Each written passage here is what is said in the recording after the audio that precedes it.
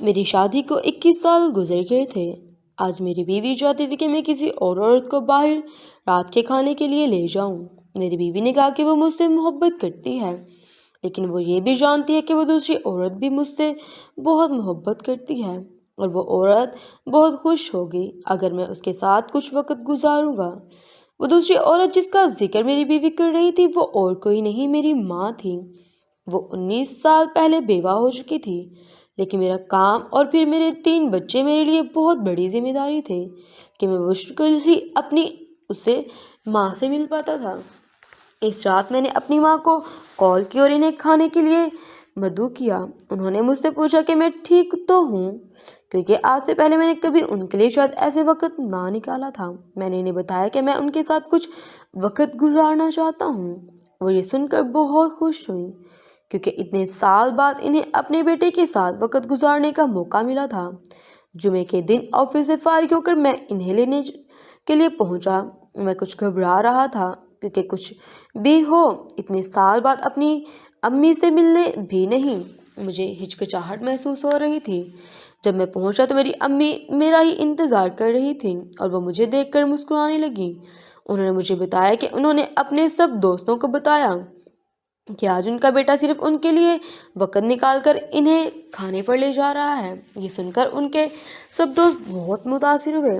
हम एक रेस्टोरेंट पहुँचे। वहाँ का माहौल बहुत अच्छा और खुशगवार था।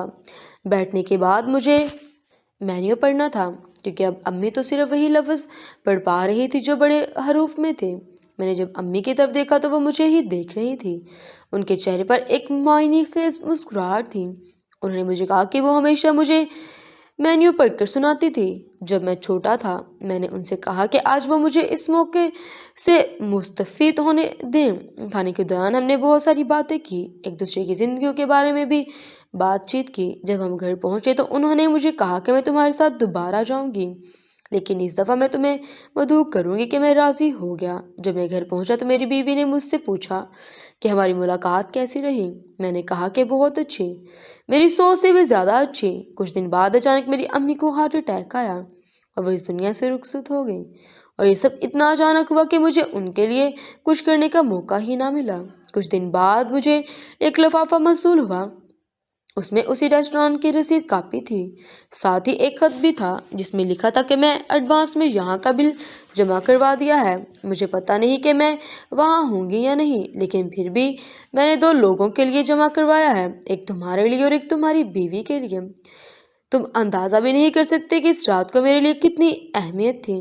मैंने तुमसे बहुत प्यार करती हूँ मेरे प्यारे बेटे। इस वक्त मुझे अंदाज़ा हुआ कि वक्त पर प्यार का क्या इजहार करना कितना ज़रूरी है, और ख़ासकर अपनी फैमिली को वक्त देना जिसके वो हकदार हैं। ज़िंदगी में फैमिली से ज़्यादा ज़रूरी कुछ भी नहीं होता। मेरी आपके लिए यही नसीहत है कि आप अपनी फैमिली को वक्त दें, क्योंकि इस वक्त को फिर कभी के इंतज़ार में नहीं छोड़ा जा सकता, क्योंकि फिर कभी शायद वक्त तो हो पर वो ना हो जिसे उस वक्त की ज़रूरत थी।